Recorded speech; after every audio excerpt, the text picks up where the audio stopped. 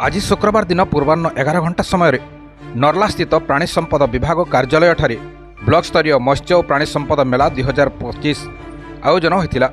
उक्त उत्सव में मुख्य अतिथि भाव नर्ला विधायिका मनोरमा महंती, वरिष्ठ अतिथि भाव अनिरुद्ध प्रधान, सम्मानित अतिथि भाव जिला मुख्य प्राणी चिकित्सा अधिकारी डा नीरज चंद्र कर, सम्मानित अतिथि ज्ञानरंजन सेठी एवं सभापति नर्ला बीडीओ विपिन बिहारी दीप, मुख्य वक्ता प्रभात कुमार परिडा समूह मंचासीन होते।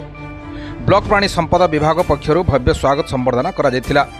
दीप प्रज्वलन करा जाय मेलार शुभारंभ करा जायथिला।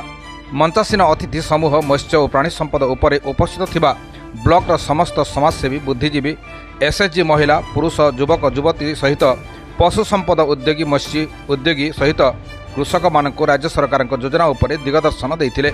एक्चुअली आमर प्राणी संपद मेला जिते चाषी आस समस्त स्वागत। आमर यहाँ गोपाल माटी एग्रो फार्म बलबसपुर अच्छी आम स्पेशली आम चाषी मानक चाहूँ घास जमी कराई नापियर यहाँ नुआ इंट्रोड्यूस होती 5G नापियर, रेड नापियर। यहाँ जेहेतु आमर यहाँ गाई रखापी बहुत असुविधा हो जो मान जगह कम थी घास करें।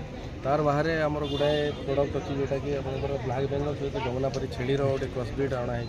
बाहर देसी टाइप जो सोनाली कुकुड़ा अच्छी से गुंडरी चाष कराई। मोती हंस जोटा आम ये अंचल प्रायतः बुड़ीगला से डेभलप करते मोती हंस चाष करेंगे। आईटा सोनाली आम पाखे 1000 खंडे अच्छी जोटा कि आम आराम गोटे लोक घर गणार कुकुड़ा पालन करें। केते वर्ष है सर आप 2015 ये नर्ला ब्लॉक में कलाहांडी जिले में। आगे कौन लक्ष्य रखी यहाँ आम चाहूँ जमी चाषी तार जो जीविका निर्वाह कर केमती सुंदर भाव में घरे थी महिला मैंने विशेषकर महिला मानक आम टार्गेट करें केमती घरे रही सब जिन कृषि उद्योग कृषि हिसाब से नहीं उद्योग हिसाब से यहाँ आमर बर्तमान डिमांड अच्छी आईटा कलाहांडी जिला नर्लारू नरोत्तम पाया सिंह रिपोर्ट, निर्मल टीवी।